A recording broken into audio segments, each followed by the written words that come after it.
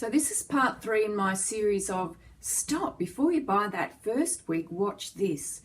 And this episode is on how to measure your head properly so that you purchase the wig that fits you, that's not going to slide around, not going to be too big, not going to be too small. If you have a wig that is slightly too big for you, a wig grip is really going to help. So let's get started. This wig is sliding from side to side. That's a really uncomfortable feeling, and that's what you don't want.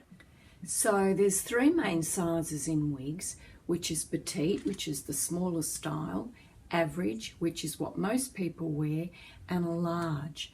And so it's really important to measure your head to make sure that you are buying the right size for you.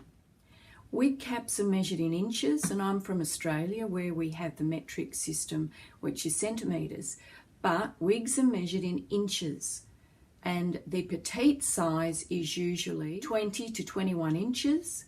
The average side is usually 21.5 to 22.5 inches, and the large is usually 22.5 to 23 inches. But always check the size chart for each different manufacturer that you're looking at purchasing a wig from, because there may be some variance. Now, if you're somebody who for whatever reason doesn't have their hair left and they're not sure where their hairline is, what you do is you use 4 fingers from the top of your brow, and you can use that as a measurement, a general measurement from where your hair would normally have started. So if you look there, that's pretty accurate on me. So what you need to measure your head is a very flexible tape measure. And if you don't have a flexible tape measure, you can use a ribbon or some string and then measure that ribbon or string on a ruler, which will give you the right measurement as well.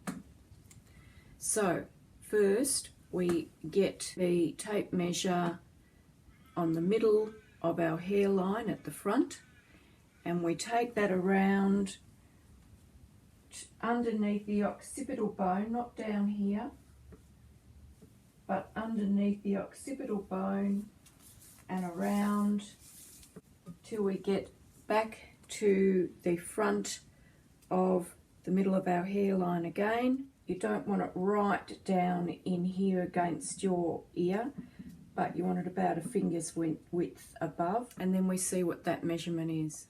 The next measurement you need is ear to ear, and to do that you start about a finger up from where your ear joins to your head.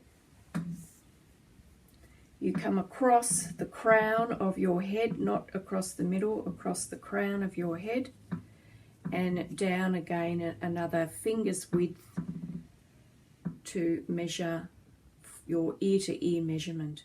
Now the next measurement you're going to need is from the front of your hairline to the nape of your neck, or the bottom of the occipital bone in here, not all the way down to where your hair finishes.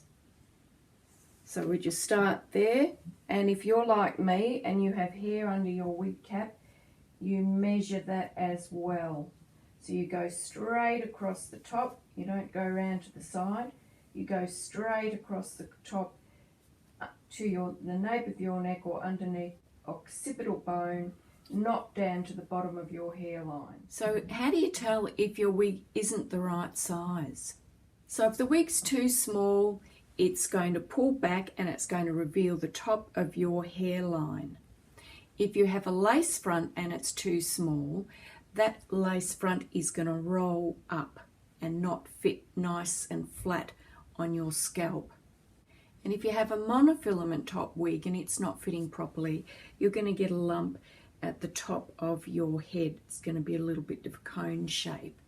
And if your wig is too tight at the crown, it's going to creep up at the back and it might pull back at the front as well. And also if it's too small, it's going to feel tight at your temples in here. It may feel tight around here at the ear tabs as well. If the wig is too big for you, it's going to slide around on your head and you're going to feel it, and it's going to feel really obvious. Also, if the wig is too big, you're going to get a gap between the ear tab and your own hair. It's going to sit out a bit like that. And also look for my series in Stop Before You Buy That First Wig, Watch This. There's a lot of great information in there if you're a beginner wig wearer, and I love to help you on that wig wearing journey. And YouTube will have a video here for you. Enjoy, and thanks for coming to Julie's Wig World.